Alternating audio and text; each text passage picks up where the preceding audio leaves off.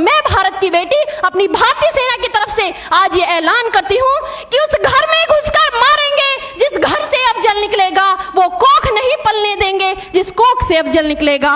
उठो देश के वीर जवानों, तुम सिंह बनकर दहाड़ दो और एक तिरंगा झंडा उस कन्हैया के सीने में गाड़ दो।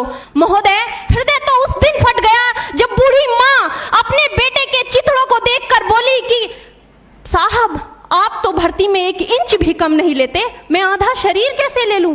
महोदय, आज इन मानवाधिकारों के कारण इन आतंकियों के बंगलों की आकाओं की नाकफनी हंसती है और शहीद हुए हमारे जवानों के आंगन की तुलसी रोती है। जब एक शहीद हुए जवान की विधवा की वेदना चीख चीख कर ये कहती है कि प्यार भी भरपूर गया, मांग का सिंदूर गया, नन्हे नौनिहालों की लंगोटियां चली गई, छोटी छोटी बेटियों की चोटियां चली गई और आपके लिए तो एक आदमी मरा है साहब, मेरे घर की तो रोटियां ही चली गई। देश मेरा जल रहा है, आग लगी है सीने में, हुक्मरां सब व्यस्त हैं खून गरीब का पीने में, तो राम मंदिर या बाबरी का पक्ष नहीं मैं लाई हूं, घायल भारत चीख रहा है, चीख सुनाने आई हूं। परम आदरणीय सभापति महोदय, मंचासीन निर्णायक मंडल समिति एवं उपस्थित मेरे प्यारे साथियों, मैं आरक्षी खुशबू चौहान केंद्रीय रिजर्व पुलिस बल आज सदन की राय से असहमत होते हुए वक्ता विपक्ष में अपने विचार प्रस्तुत करूंगी। महोदय, दर्द हद से तब गुजरने लगता है जब मेरी आंखों के सामने ताज, पुलवामा, छत्तीसगढ़ में शहीद हुए जवानों के शत विशत अधजले शरीर के टुकड़े, रेत के टीलों से ऊपर जाती लाशों के ढेर और कश्मीर की खून से सनी लाल रंग की सड़कों के दृश्य सामने आते हैं। उस पर मेरे प्रतिपक्षी महोदय का कहना ये कि मानवाधिकारों की अनुपालना करते हुए देश से उग्रवाद और आतंकवाद को समाप्त किया जा सकता है। महोदय, अब तो हमारा तिरंगा झंडा भी हमसे ये पूछने लगा है कि क्या बात है भारत, आजकल फहराने से ज्यादा मैं कफन में दफनाने के क्यों काम आ रहा हूं। महोदय, हृदय तो उस दिन फट गया जब बूढ़ी माँ अपने बेटे के चिथड़ों को देखकर बोली कि साहब, आप तो भर्ती में 1 इंच भी कम नहीं लेते, मैं आधा शरीर कैसे ले लूं। महोदय, आज इन मानवाधिकारों के कारण इन आतंकियों के बंगलों की आकाओं की नाकफनी हंसती है और शहीद हुए हमारे जवानों के आंगन की तुलसी रोती है। जब एक शहीद हुए जवान की विधवा की वेदना चीख चीख कर ये कहती है कि प्यार भी भरपूर गया, मांग का सिंदूर गया, नन्हे नौनिहालों की लंगोटियां चली गई, छोटी छोटी बेटियों की चोटियां चली गई और आपके लिए तो एक आदमी मरा है साहब, मेरे घर की तो रोटियां ही चली गई।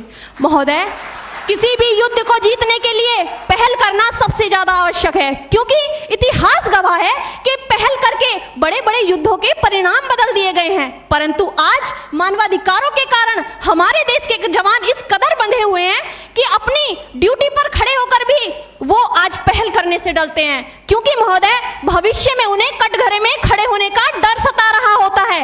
वो ये जानते हैं कि चाहे एक उग्रवादी की राइफल से निकलने वाली गोली को ये तय करना पड़े या ना पड़े कि वो किसे लगेगी, लेकिन हमारी राइफल से निकलने वाली हर गोली को ये निर्णय लेना पड़ता है कि चाहे वो किसी निर्दोष को लगे, दोषी को लगे या ना लगे, परंतु किसी निर्दोष को नहीं लगनी चाहिए। यदि ऐसा हुआ तो ना तो ये समाज हमें छोड़ेगा, ना ही तिल का ताड़ बनाने वाली ये मीडिया हमें छोड़ेगी। और महोदय, मानवाधिकार के तले किसी जवान को दबाकर युद्ध के मैदान में छोड़ देना कोई वीरता नहीं, एक आत्महत्या है।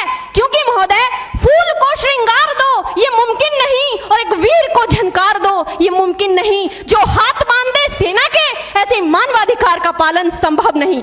महोदय, आज सत्यनिष्ठा के मार्ग पर चलते हुए भी हमारे देश का जवान इन आतंकवादियों, इन पत्थरबाजों से डरता है, क्योंकि वो जानता है कि उसकी राइफल से निकलने वाली गोली अगर टारगेट को हिट नहीं भी करेगी तो भी 400 मीटर तक जाएगी, और यदि इस बीच वो किसी निर्दोष को लग गई तो महोदय हमें अपनी नौकरी से हाथ तक धोना पड़ सकता है। और महोदय, अपनी नौकरी को बचाने की खातिर एक जवान आज ये सोचता है कि चाहे सांप मरे या ना मरे, परंतु लाठी नहीं टूटनी चाहिए, क्योंकि आज हमारे देश के हालात कुछ ऐसे हो गए हैं कि चिरागों को हवाओं में उछाला जा रहा है, हवाओं पर भी रोब डाला जा रहा है। अरे हम ही तो बुनियाद है आंतरिक सुरक्षा की, और आज हमें ही नौकरी से निकाला जा रहा है। महोदय, जब पुलवामा में 44 जवान शहीद हुए, छत्तीसगढ़ में 76 जवान शहीद हुए, तो कोई भी मानवाधिकार की दुहाई देने वाला हमारे पक्ष में आकर खड़ा नहीं हुआ।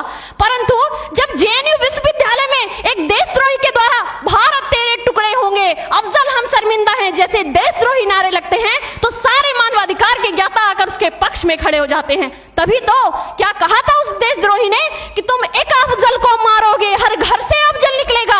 तो मैं भारत की बेटी अपनी भारतीय सेना की तरफ से आज ये ऐलान करती हूँ कि उस घर में घुसकर मारेंगे जिस घर से अफजल निकलेगा, वो कोख नहीं पलने देंगे जिस कोख से अफजल निकलेगा।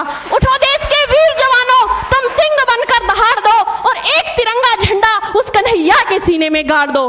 महोदय, अंत में अपनी वाणी को विराम की ओर ले जाते हुए मैं सिर्फ इतना ही कहना चाहूंगी कि मुझे अफसोस है अपने देश की न्यायिक प्रक्रिया पर, जहां आज भी रात के 12 बजे अजमल कसाब जैसे आतंकी के लिए सर्वोच्च न्यायालय के दरवाजे खोल दिए जाते हैं। ऐसे देश से मानवाधिकारों की अनुपालना करते हुए आतंकवाद और उग्रवाद से कभी नहीं निपटा जा सकता। मानवाधिकार के नाम की दुहाइयां देने वालों, सीमा पर लड़ा नहीं जाता चरखों से शोलों के आगे, रामायण पढ़ी नहीं जाती सीमा पर गोलों के आगे। धरती के घोर कुहासे को एक सूरज ही हर सकता है, क्योंकि एटम बम से रक्षा केवल एटम बम ही कर सकता है। जय हिंद, जय भारत।